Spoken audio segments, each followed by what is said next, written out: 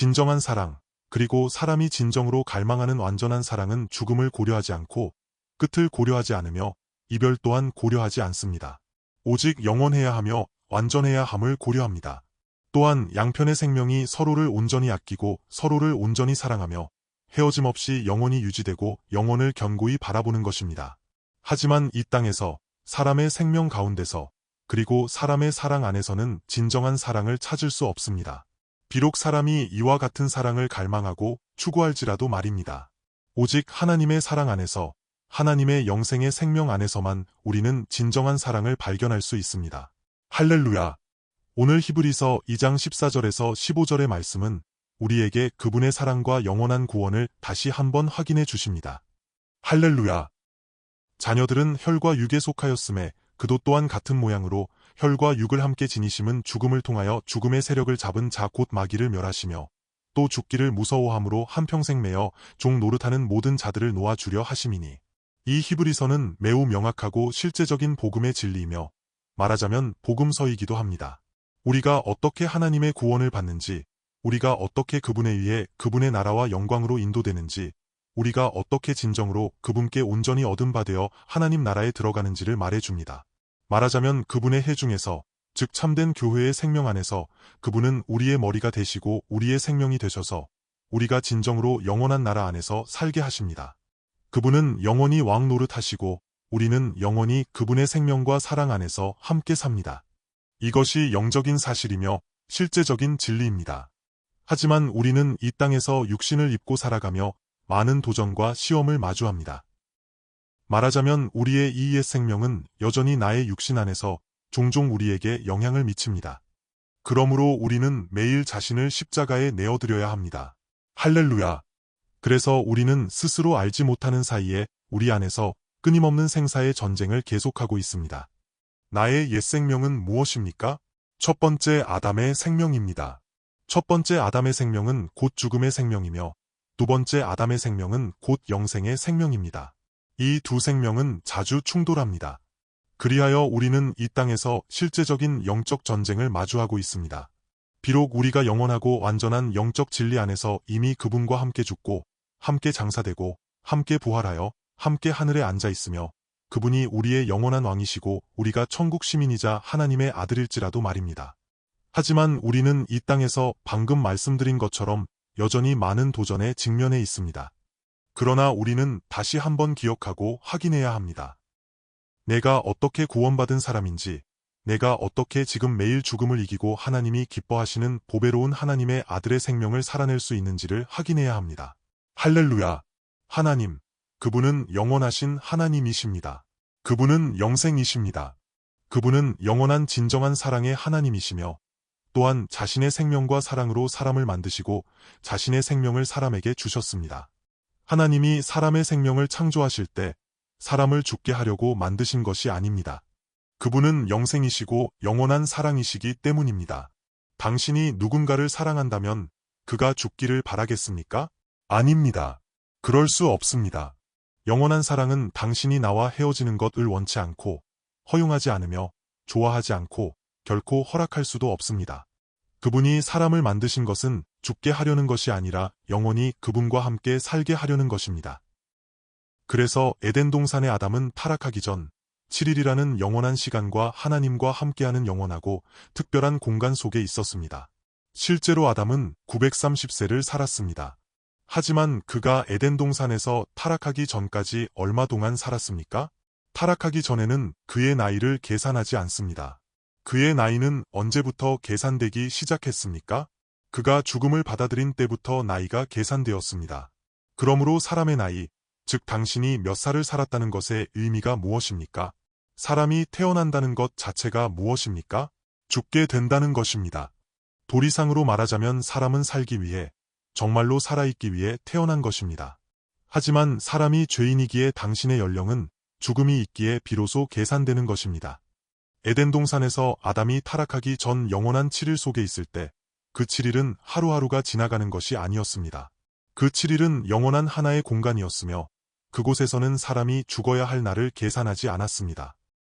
하지만 타락한 사람, 아담 이후에 타락한 사람은 태어남이 곧 무엇을 의미합니까? 언젠가 죽는다는 것입니다. 바꾸어 말하면 무엇입니까? 당신은 무엇을 위해 태어났습니까? 죽기 위해 태어난 것입니다. 만약 당신이 태어나지 않았다면 죽지도 않았겠지요? 이것이 죄인의 생명입니다. 하지만 방금 말씀드렸듯이 죄가 들어오기 전에는 이러한 죽음이 없었습니다. 죄가 들어온 후에 죽음이 생겼습니다. 오늘의 본문을 먼저 보겠습니다. 자녀들은 육과 혈에 속하였음에 그도 또한 같은 모양으로 혈과 육을 함께 지니심은 타락하기 전 아담에게 혈육의 몸이 있었습니까? 있었습니다. 하나님이 흙으로 사람을 빚으셨지 않습니까? 분명 아담은 영이 아니었으나 아담은 다른 피조물과는 달랐습니다. 그는 하나님의 형상과 모양대로 지음을 받았습니다. 오직 이 한 점이 그를 다른 피조물과 다르게 만들었습니다. 다른 피조물들, 해와 달, 산이나 강, 혹은 많은 가축과 동물들에 대해 하나님이 그분의 형상과 모양대로 만드셨다고 말씀하셨습니까? 아닙니다. 오직 사람만이 그분의 형상과 모양대로 지어졌고, 또한 그분의 영, 그분의 기운, 그분의 생기 곧 그분의 생명이 직접 아담에게 주입되었고 사람의 생명 속으로 직접 불어넣어졌습니다. 그리하여 사람은 혈과 육의 몸일지라도 하나님의 생명을 받았습니다. 혈과 육의 몸 자체가 잘못되거나 나쁜 것은 아닙니다. 하지만 그는 하나님이 먹지 말라고 하신 것을 먹었습니다. 그는 먼저 무엇을 해야 했습니까? 생명나무의 과실을 먹어야 했습니다. 그랬다면 근본적으로 아무런 문제가 없었을 것이며 선악과가 그에게 영향을 미치지 못했을 것입니다. 온전하게 참된 영생의 하나님이 기뻐하시는 생명, 즉 그분의 생명을 받아들였을 것이기 때문입니다. 말하자면 하나님의 거룩함 속으로 들어갔을 것입니다. 하지만 그는 선악을 알게 하는 나무의 과실을 직접 먹었습니다. 하나님은 분명히 먹지 말라고 하셨습니다. 먹으면 무엇입니까? 반드시 죽으리라 하셨습니다. 그러므로 그 의미는 무엇입니까? 이 과실 자체가 근본적인 문제가 아닙니다. 사람은 하나님의 말씀을 따라야 했습니다. 곧 사람이 하나님의 말씀을 거부하는 것은 곧 하나님 자신을 거부하는 것입니다. 사람이 하나님께 순종하지 않는다는 것은 하나님과의 관계를 거부한다는 뜻입니다. 내가 어떤 사람에게 순종하지 않는다는 것 자체가 그 사람과의 관계를 거부하는 것입니다. 사람의 생명은 곧 관계, 즉 사랑의 관계이기 때문입니다. 관계를 거부하는 것은 곧 죽음입니다. 그리하여 아담은 죽음을 받아들였습니다. 그때부터 그는 자신의 나이를 계산하게 되었고 아담의 육신은 930세를 살았습니다. 하지만 이 혈과 육의 몸 자체가 문제는 아니었습니다. 지금 만약 누군가 오래 살 수 있다면 어떻겠습니까? 지금 사람들은 끊임없이 장수를 추구합니다. 현재 어떤 과학자들은 생명과학과 의학의 발달로 사람이 곧 정상적으로 120세, 심지어 150세까지 살 수 있게 될 것이라며 흥분하고 있습니다. 사람의 장기를 계속 교체할 수 있기 때문입니다. 그렇게 된다면 정말 150년 이상 사람이 살 수도 있을 것이라는 기대를 합니다. 하지만 100년, 120년, 150년이 무슨 의미가 있습니까? 만약 사람이 500세, 800세, 900세, 거의 1000세를 산다고 합시다. 그렇게 되면 이 혈과 육의 몸은 평범한 것이 아닙니다. 수목과 같은 식물류를 제외하고 일반적인 동물의 수명이 100세나 200세를 넘는 경우는 드뭅니다. 만약 사람이 800세, 900세 심지어 1000세 가까이 살 수 있다면 이 혈과 육의 몸은 보통이 아니며 거의 영원히 사는 듯한 느낌일 것입니다. 그러나 설령 사람이 1000세를 살 수 있다 한들 어떻습니까? 영생의 관점에서 보면 단 1세에 불과합니다. 성경의 주께는 1000년이 하루 같다고 하셨으니 그렇게 산다 해도 영생은 아닙니다. 그러므로 당신은 결국 어느 날엔가 죽음을 마주해야 합니다. 왜입니까? 방금 말씀드렸듯이 사람은 모두 죽음에 갇혀 있고 죽음의 세력에 붙잡혀 있기 때문입니다. 사람이 범죄한 대가가 무엇입니까? 곧 죽음입니다. 모든 사람이 죄를 범하였음에 하나님의 영광에 이르지 못하더니 죄의 대가는 곧 죽음입니다. 여기서 말씀합니다. 자녀들은 혈과 육에 속하였음에 그도 또한 같은 모양으로 혈과 육을 함께 지니심은 그분이 왜 혈과 육의 몸이 되셨습니까? 죽음을 통하여 죽음의 세력을 잡은 자 곧 마귀를 멸하시기 위함입니다. 이것이 무슨 뜻입니까? 죽음의 세력을 잡은 마귀가 없다면, 이 죽음의 권세가 없다면 사람이 죽음에 붙잡히지 않았을 것이라는 뜻입니다. 즉 그분이 죽음을 통하여 죽음의 세력을 잡은 자 곧 마귀를 멸하시려 함입니다. 이 마귀는 무엇입니까? 다시 보건대 그것은 원래 아담과 조금 비슷했습니다. 그것이 먼저 타락의 길을 갔으며 원래는 천사였습니다. 온 우주는 하나님이 창조하셨고 하나님은 죽음을 먼저 만드신 적이 없으며 죽음의 세력을 만들지도 않으셨습니다. 하나님은 사랑이시기 때문입니다. 하지만 하나님은 공의롭고 거룩하시기에 하나의 기준이 있으십니다. 그분에 의해 창조된 모든 것은 그분의 말을 들어야 하고 그분께 영광을 돌려야 하며 그분께 순종해야 합니다. 할렐루야! 사탄은 원래 사탄이 아니었고 천사였습니다. 천사가 해야 할 일이 무엇입니까? 하나님을 경배하고 순종하며 하나님께 영광을 돌리는 것입니다. 그러나 천사가 교만해져서 하나님께 순종하지 않고 영광을 돌리지 않았으며 스스로 하나님처럼 되려 했습니다. 그리하여 하나님은 그를 거부하셨고 그분을 떠난 가장 먼 흑암의 곳, 영원한 흑암 속으로 가게 하셨습니다. 영원한 흑암 자체가 곧 죽음입니다. 그리하여 사탄은 죽게 되었고 말하자면 죽음의 세력이 되었습니다. 사탄은 이 죽음 속으로 떨어져 스스로 죽음이 되었고 죽음의 왕이 되었으며 죽음의 권세를 소유하게 되었습니다. 그리고 그는 사람 또한 자신의 죽음 속으로 끌고 가려 합니다. 그의 죽음은 어떻게 왔습니까?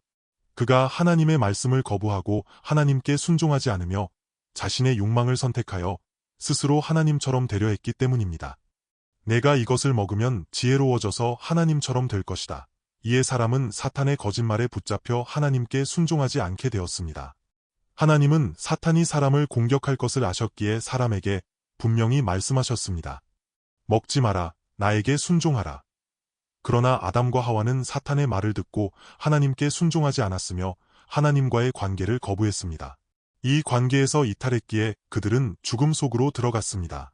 그 결과 사람은 죽음의 권세 아래 있는 노예가 되었고 죽음이 그를 가두었습니다. 그래서 사람은 태어나자마자 이미 죽음 안에 있으며 죽음의 공간과 죽음의 결박 속에서 살아갑니다. 사람은 이 공간에서 하나님을 볼 수 없고 하나님을 알 수 없으며 하나님께 순종할 수도 없고 하나님을 사랑할 수도 없습니다. 그러므로 하나님은 사람을 구원하고자 하십니다. 하나님은 영원 전부터 이미 사람을 구원할 계획을 세우시고 사랑하시는 아들을 보내셨습니다. 세상 창조 전에 그리스도 안에서 우리를 택하사 우리로 그분 앞에서 거룩하고 흠이 없게 하셨으니 이것이 우리를 위해 예비하신 온갖 신령한 복이며 우리가 천국의 영광과 천국의 풍성한 생명을 누리게 하려는 것입니다. 그래서 그분은 죽음의 결박 속에 있는 자들, 죽음의 외벽 안에 갇힌 자들을 구원하기 위해 자신의 아들을 보내셨습니다. 그리고 그분은 죽음을 통하여 죽음의 세력을 잡은 자를 멸하려 하셨습니다. 이 죽음은 하나님께 순종하지 않음으로 왔고 그 죄의 대가가 죽음이기 때문입니다. 그러나 이 하나님의 아들은 본래 하나님의 본체시나 하나님과 동등됨을 취할 것으로 여기지 아니하시고 오히려 자기를 비워 종의 형체를 가지사 사람들과 같이 되셨으니 즉 혈과 육의 몸이 되신 것입니다. 사람의 모양으로 나타나사 자기를 낮추시고 죽기까지 복종하셨습니다. 그러나 사람들은 마음을 다해 순종하지 않았고 그 결과 사람들은 죽었습니다. 하나님께 순종하지 않음으로 사람이 죽은 것입니다. 불순종으로 인해 사람이 죽는 것은 당연한 일입니다. 하지만 주님의 말씀은 무엇입니까? 죽기까지 복종하셨습니다.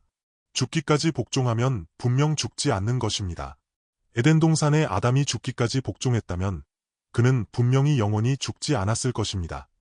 그러나 주 예수님은 죽기까지 복종하시고 온전히 순종하여 죽으셨습니다. 이것이 무슨 뜻입니까? 그분의 죽음과 죄인의 죽음은 서로 다른 의미를 지닌다는 것입니다. 죄의 대가가 죽음인데 그분은 죄가 없으셨고 그분이 의인임이 이미 증명되었기 때문입니다. 주 예수님이 십자가에 못 박히셨을 때 백부장이 말했습니다. 이 사람은 정령 의인이었도다. 이 사람은 하나님의 아들이었도다. 그분은 죄가 없으셨으므로 말하자면 죽으실 수 없는 분입니다. 그런데 이 주님이 죽으셨다는 것은 무슨 뜻입니까? 그분의 죽음 자체가 큰 권세를 가지고 있다는 뜻입니다. 그분은 불순종으로 인해 죽고 죽음의 권세에 붙잡힌 자들을 구원해 내시려 합니다. 말하자면 죽음의 권세가 예수의 죽음 안에 있는 것입니다. 주님은 자신의 죽음을 통해 죽음의 권세를 멸하려 하셨습니다. 그분의 죽음은 큰 능력과 권세가 있어 사람이 불순종으로 인해 죽게 된 이 죽음의 권세를 파하셨기 때문입니다. 사탄은 사람에게 이러한 권세를 가지고 있습니다. 모든 사람이 하나님께 순종하지 않음으로 인해 죽기 때문입니다.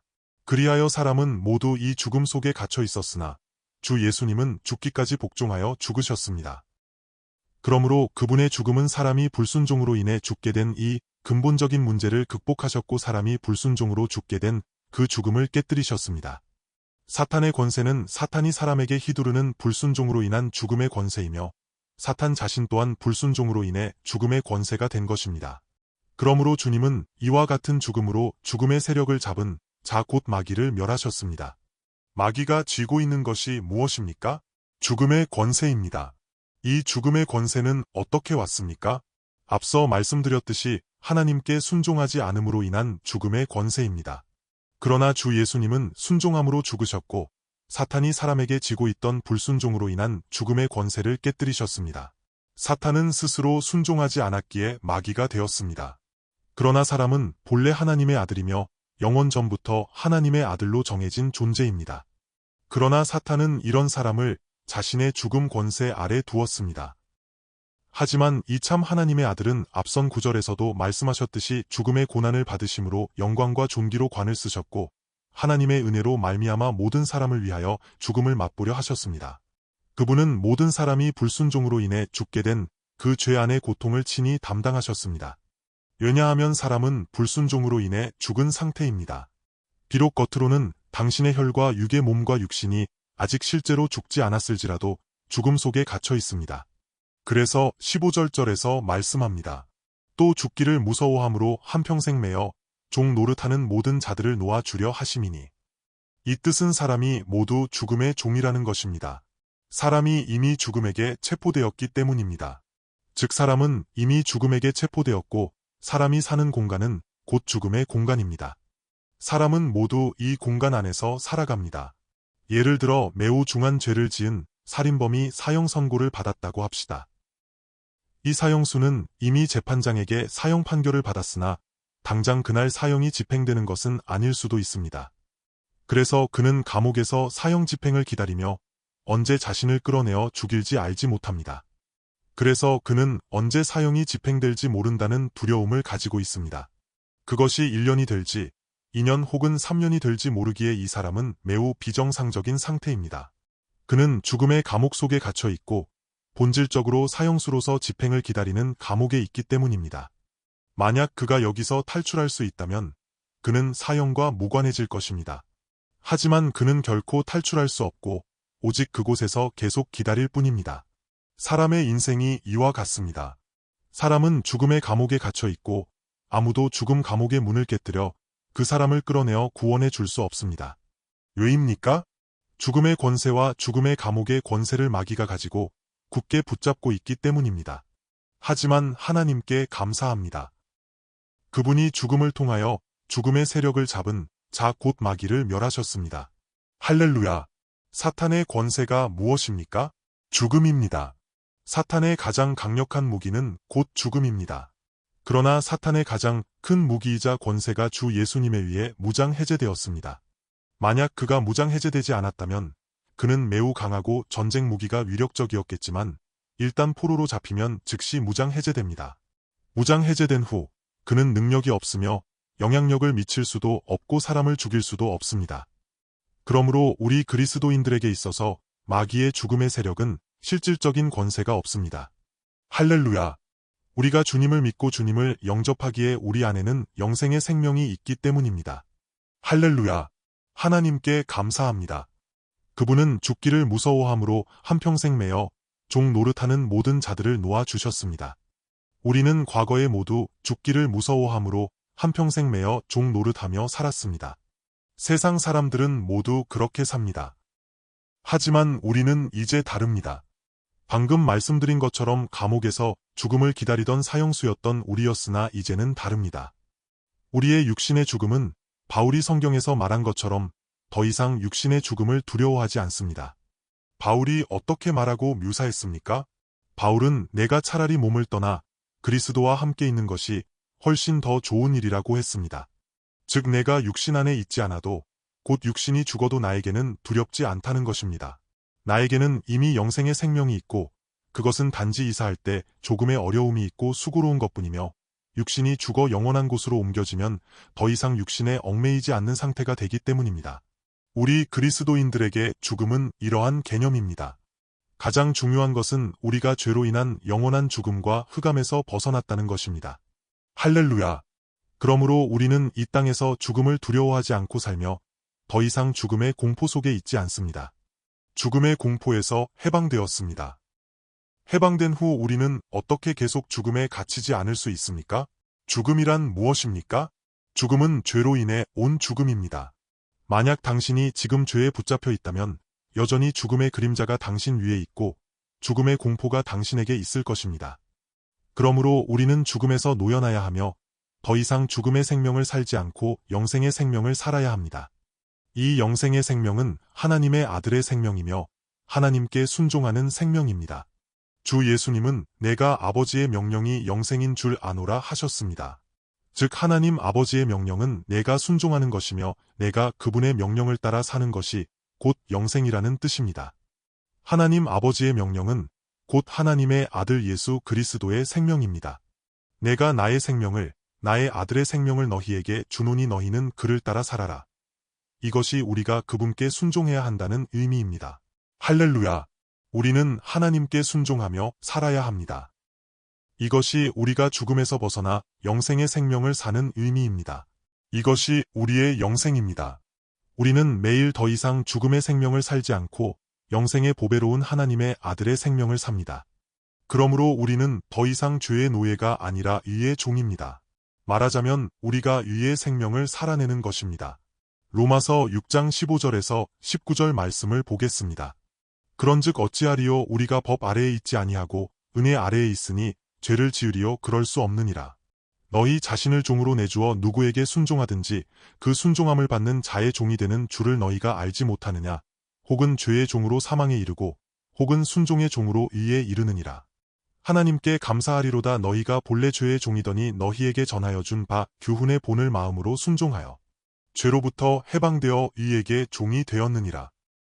너희 육신이 연약함으로 내가 사람의 예대로 말하노니 너희가 본래 너희 지체를 부정과 불법에 내주어 불법에 이른 것 같이 이제는 너희 지체를 의에게 종으로 내주어 거룩함에 이르라. 이제 우리는 과거와 같은 방식으로 율법 아래서 살지 않습니다. 그렇다고 죄를 지어도 됩니까? 아닙니다. 너희 자신을 종으로 내주어 누구에게 순종하든지 그 순종함을 받는 자의 종이 되는 줄을 너희가 알지 못하느냐. 즉 자신을 죄에게 내주어 죄의 종이 되면 죽음이 옵니다.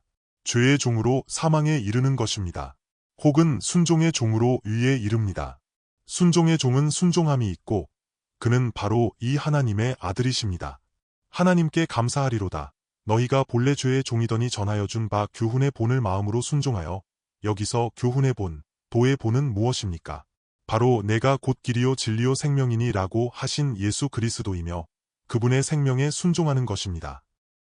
우리는 오늘 이와 같이 살아야 하며 그래야만 항상 그분의 해중에 거할 수 있고 그분이 우리를 형제라 부르기를 부끄러워하지 않으십니다. 거룩하게 하시는 이와 거룩하게 함을 입은 자들이 다 한 근원에서 난지라 우리는 모두 하나님 아버지로부터 왔으며 아버지로부터 온 아들의 생명이고 성부 성자 성령의 완전한 사랑의 관계 안에 있습니다. 우리는 그리스도의 몸이 되고 그분은 우리의 머리가 되시며 그분은 우리의 생명이 되십니다. 해중에서 우리는 그분을 경배하고 찬양해야 합니다. 이 뜻은 우리가 교회의 생명을 살아내며 그분의 몸, 그분의 교회가 된다는 것입니다. 할렐루야! 이것이 우리의 구원입니다. 우리는 오늘 죄로부터 해방되었고 죽음으로부터 해방되었습니다. 그렇다면 우리는 하나님께 순종하는 생명, 영생의 생명, 하나님의 아들의 생명을 살아야 합니다. 이것이 천국이며 이것이 천국의 승리입니다. 이를 위해 그분이 우리를 택하셨고 우리로 이 복음의 참된 증인이 되게 하셨습니다. 하나님 아버지가 우리 안에서 하나님의 아들 안에서 큰 영광을 받으십니다. 할렐루야! 하나님께 감사합니다.